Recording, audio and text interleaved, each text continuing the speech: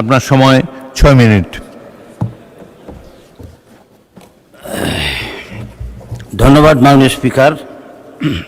মাননীয় স্পিকার, আমরা বিগত 5 বছরের সামগ্রিক অর্থনীতির গতি প্রকৃতি এবং বাজেট বৃদ্ধির ট্রেন্ড লক্ষ্য করি, তাহলে দেখব প্রত্যেক বছর টাকার অঙ্কে বাজেট বৃদ্ধি হয়েছে।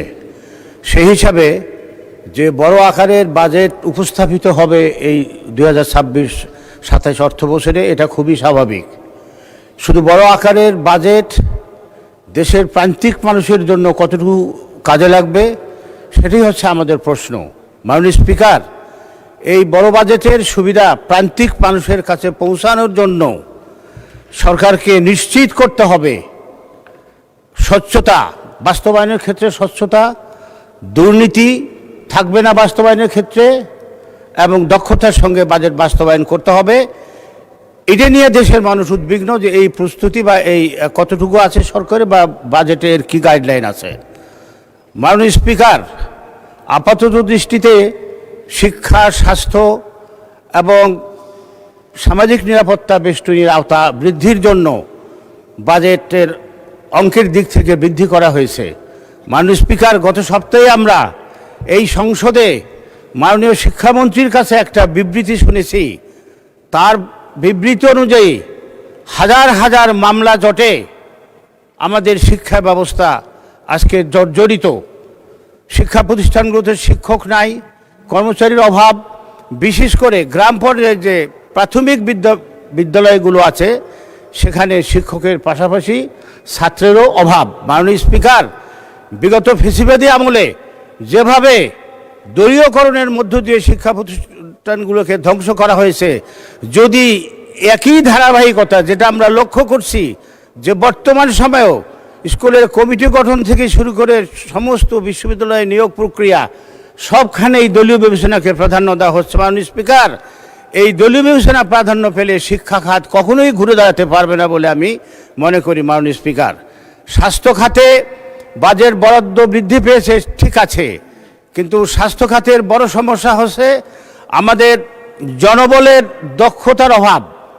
হাসপাতালগুলোতে যন্ত্রপাতি নাই, সরকারি হাসপাতালে টেস্ট হয় না, টেস্ট করাতে হয় বাইরে ক্লিনিকে যেয়ে। কাজে এ ব্যাপারে বাজেটে সুস্পষ্ট কোনো দিক নির্দেশনা পাওয়া যায় না যে কিভাবে এই অবস্থা থেকে আমরা মুক্তি পাব। মাননীয় স্পিকার, আমি সামরিক বাহিনীর সদস্য হিসাবে সামরিক খাতের ব্যয় নিয়ে একটু কথা বলতে চাই।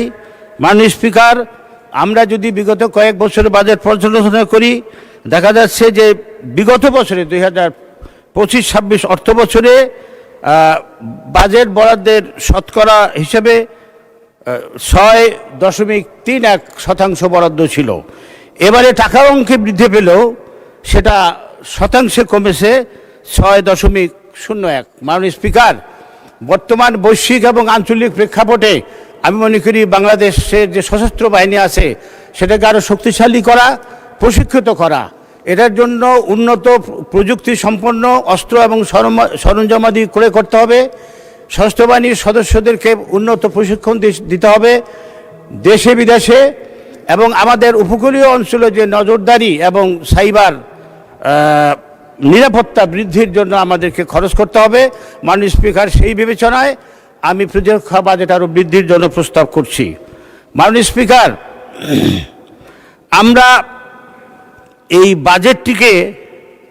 বাজেটের পরিসর বৃদ্ধি করার জন্য ক্ষুদ্র ও ফুটপাতের ব্যবসায়ীদের উপরে কর আরোপ করা হয়েছে এবং তাদের জন্য টিন সার্টিফিকেট বাধ্যতামূলক করা হয়েছে। মাননীয় স্পিকার, আমরা সকলেই জানি বড় বড় ঋণ খেলাপিদেরকে ছাড় দিয়ে এই ক্ষুদ্র ব্যবসায়ীদের উপরে যদি করের বোঝা চাপিয়ে দেওয়া হয় সেটা কতটুকু সুফল দিতে পারবে জাতি সেটা জানতে চায়। মাননীয় স্পিকার, ভ্যাট হচ্ছে একটি রিগ্রেসিভ কর। আমাদের রাজস্ব খাতের প্রধান উৎস হচ্ছে ভ্যাট। এই ভ্যাটের প্রভাব সমানভাবে ধনী এবং দরিদ্রের উপরে পড়ে। মাননীয় স্পিকার, কিন্তু এটার দ্বারা সবচেয়ে বেশি ক্ষতিগ্রস্ত হয় আমাদের দেশের সাধারণ মানুষ, দরিদ্র শ্রেণীর মানুষ। মাননীয় স্পিকার, এই এই বাজেটে মধ্যবিত্ত এবং নিম্ন আয়ের মানুষের জন্য খুব একটা ভালো খবর নাই মাননীয় স্পিকার। লক্ষ্যমাত্রা পূরণের জন্য বিভিন্ন ধরনের ভ্যাট এবং শুল্ক আরোপ করা হবে এবং ব্যবসায়ীরা করবে কি, সেটাকে পণ্যের উপরে চাপিয়ে দিয়ে মূল্য বৃদ্ধি হবে। এই মূল্য বৃদ্ধির যে কষাঘাতে সাধারণ মানুষ তাদের যে জীবন ধারণের জন্য নিত্য নৈমিত্তিক চাল ডাল তেল লবণ কিনতে হয় তার উপরে পড়বে। একই সঙ্গে শিক্ষা এবং স্বাস্থ্য খাতেও এই ভ্যাট এবং করের প্রভাব পড়বে। মাননীয় স্পিকার,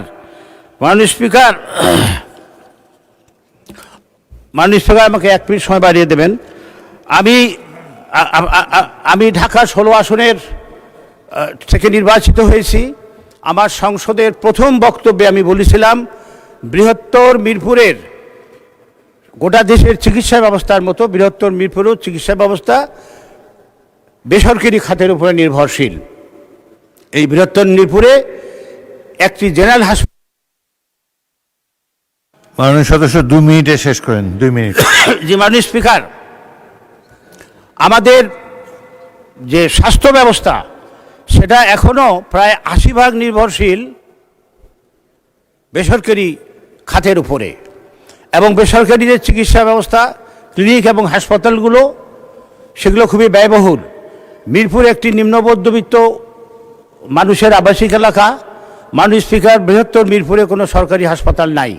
আমি আমার বাজেট বক্তৃতার প্রথমেই বলেছিলাম, প্রথম দিনেই একটি হাসপাতাল প্রতিষ্ঠার দাবি জানিয়েছিলাম। সেই দাবিটাকে আমি আজকে আবার পুনরায় উত্থাপন করছি। মাননীয় স্পিকার, মিরপুর থেকে শত শত বাস এবং ট্রাক ঢাকা শহরের বিভিন্ন গন্তব্যে চলাচল করে, কিন্তু এই বাস ট্রাক দাঁড়ানোর জন্য কোনো বাস স্ট্যান্ড নাই।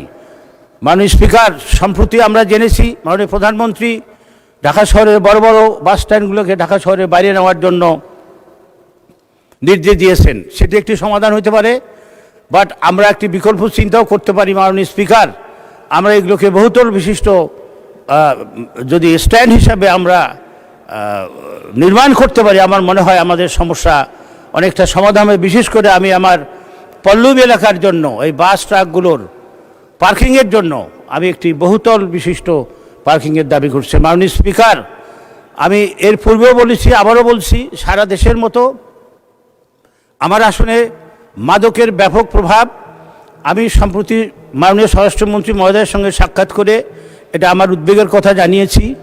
আমি আশা করছি দেশব্যাপী যাতে এই মাদকের বিস্তার রোধ করা যায় এবং যুব সমাজকে ধ্বংসের পথ থেকে ফিরিয়ে আনা যায়, এই পদক্ষেপ সরকার গ্রহণ করবে। মাননীয় স্পিকার, আপনাকে ধন্যবাদ আমাকে সময় বাড়িয়ে দেওয়ার জন্য। ধন্যবাদ। আসসালামু আলাইকুম। পরবর্তী বক্তা